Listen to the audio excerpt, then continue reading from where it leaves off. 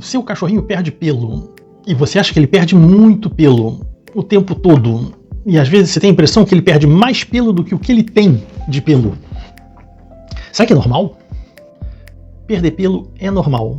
O cachorro tem uma troca de pelos 2 vezes por ano, e com a nossa vida urbana, com ar-condicionado, ventilador, entrar dentro de casa, sair, pegar sol, chuva, e com as estações como elas se apresentam aqui no Brasil, essa mudança de pelo ela não vem exatamente quando ela deveria vir, que seria antes do inverno e antes do verão. Antes do inverno para adotar uma pelagem um pouco mais densa, de forma a proteger dos eventuais rigores do inverno, e uma pelagem um pouco menos densa durante o verão. Mas tudo isso é fisiológico e isso é normal. O que eu quero falar nesse vídeo é quando isso deixa de ser normal. E aí nós vamos falar de alopecia. Vou explicar isso direitinho ao longo do vídeo, falar das razões e, eventualmente, uma outra dica de como tratar.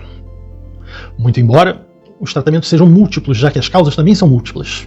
Vem comigo, no caminho eu explico.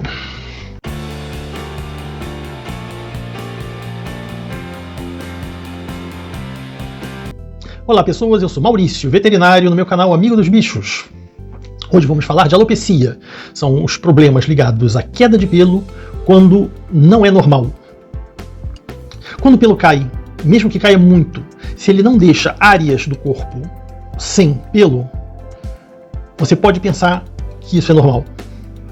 O problema é quando nós temos zonas do corpo do cachorro em que falta o pelo. E aí, essa é a alopecia. A alopecia em si não é uma doença. Nós poderíamos qualificá-la de síndrome, já que é um sinal ou um sintoma que é ligado a várias causas e que tem vários tratamentos. As causas são as mais diversas. É sempre bom a gente ir do mais simples para o mais complicado e do mais frequente para o mais raro.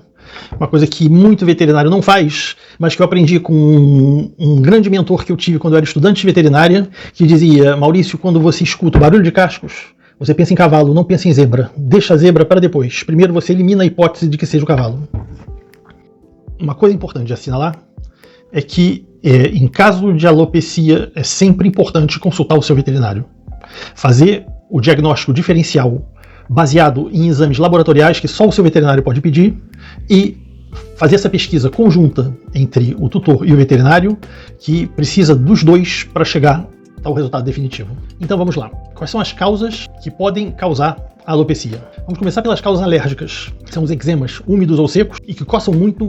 A gente sabe que é um eczema porque o cachorro não para de se coçar, chega a causar um desespero no cachorro, ele pode se machucar se coçando. E esse eczema é sempre causado por uma alergia que pode ter várias causas. Lá também é um trabalho de investigador.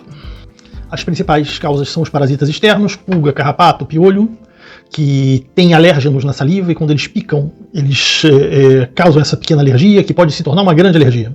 Mas também existe alergia a produtos de limpeza e mesmo alergias alimentares. Então, as causas alérgicas, frequentemente causadas por parasitas, mas também por produtos de limpeza e outros elementos que podem ser qualificados de alérgenos para o cachorro, a esses se aliam as causas parasitárias. E vocês veem como as coisas são ligadas, porque eu já falei de pulga em relação às causas alérgicas, porque o mecanismo é mais ou menos o mesmo. E mesmo nas causas parasitárias, existe o componente alérgico, como também existe o componente secundário.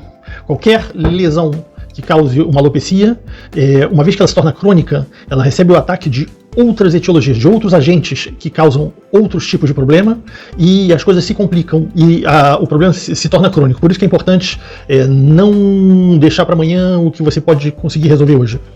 Vamos às parasitárias, são as sarnas, a sarna sarcótica, a sarna notoédrica, a sarna otodécica, a sarna demodécica, existem outras, essas são as mais frequentes. A sarcótica é a sarna mais frequente do cachorro, perdas de pelo enormes, com muita coceira, a pele que descama e que causa crostas por causa das secreções que secam, e embaixo dessas crostas, se a gente fizer um raspado, mesmo na clínica veterinária, um raspado rápido, e levar um microscópio, a gente vê o ácaro que causa a sarna sarcótica. A sarna notoédrica específica do gato seria o equivalente. A sarna otodécica é um detalhe importante, quando você vê que o cachorro está se coçando muito, como se ele se coçasse atrás da orelha, a ponto de criar lesões alopécicas atrás da orelha, é possível que ele tenha a sarna dentro do conduto auditivo. E isso se trata muito facilmente você percebe uma secreção escura, e se você limpa com um cotonete, você pode ver dentro da secreção escura alguns bichinhos brancos, bem pequenininhos, mas ainda visíveis a olho nu. E são os ácaros da sarna autodésica, tá?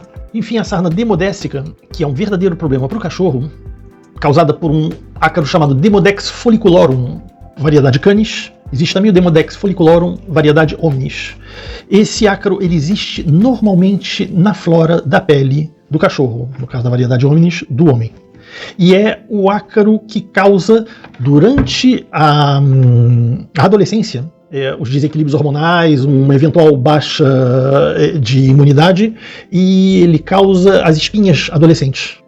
Isso para o Demodex variedade omnis. No Demodex folliculorum variedade canis, ele fica no interior do folículo piloso, e ele faz o pelo cair, e causa lesões que são perioculares, de alopecia periocular, na frente, nas patas, e tudo isso porque a transmissão desse ácaro se faz verticalmente no momento da amamentação entre mãe e filhotes. Então, esse ácaro, que existe normalmente em equilíbrio, tudo perfeito, na flora da pele da mãe, passa para os filhotes enquanto eles estão mamando. Então fica principalmente na parte dianteira do cachorro, e é por isso que existem lesões a nível da face e a nível das patas dianteiras dos filhotes. Isso no caso da demodésica local. Enquanto existe casos mais complicados em que o problema se dissemina, então é demodésica disseminada, e aí frequentemente é causado por problemas de ordem imunológica do cachorro, e aí, como o verdadeiro problema é a insuficiência imunológica do cachorro, diz-se que essa deficiência imunológica é um problema à variante hereditária. E é por isso que, de uma forma um pouco tosca, diz que a demodésica é um problema hereditário, tá? Mas o Demodex existe normalmente na flora de todo o cachorro, normalmente, e são os cães, especialmente os cães que amamentam, os cães que não são alimentados artificialmente desde cedo. A alopecia pode ser causada também por causas micóticas, quando você tem um fungo, um dermatófito, um fungo de pele,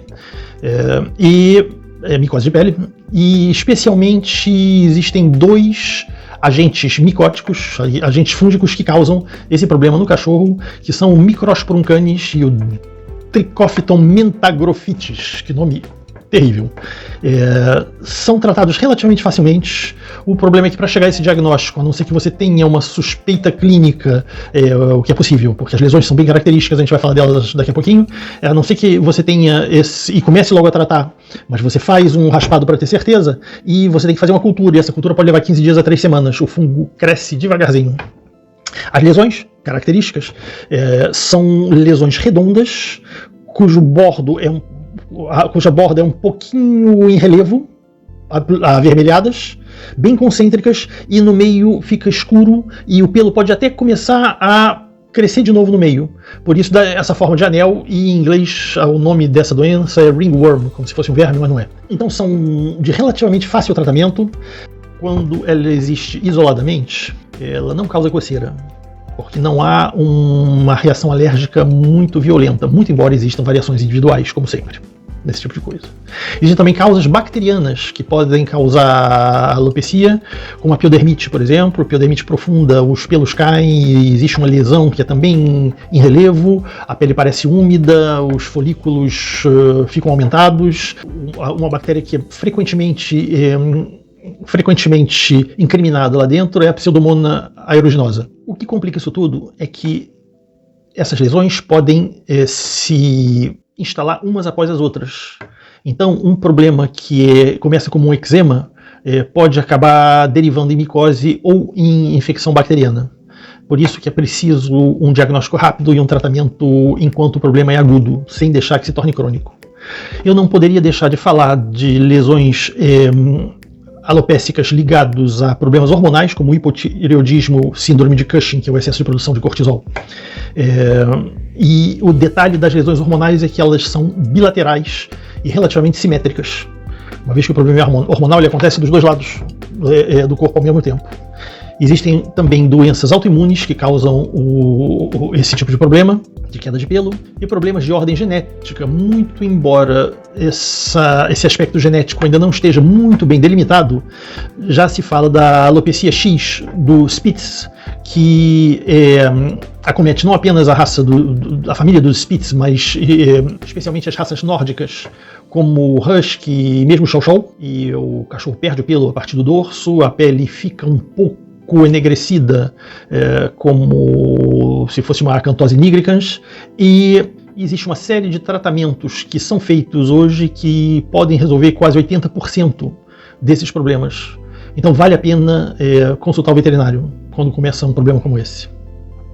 Importantíssimo ir ver o veterinário para poder depistar essas causas, porque elas são múltiplas.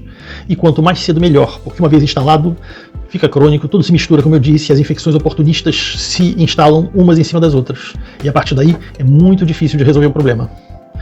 É isso que nós podíamos falar sobre a alopecia. Gostaria de pedir o like e que vocês se inscrevam no canal. E até breve para um próximo vídeo.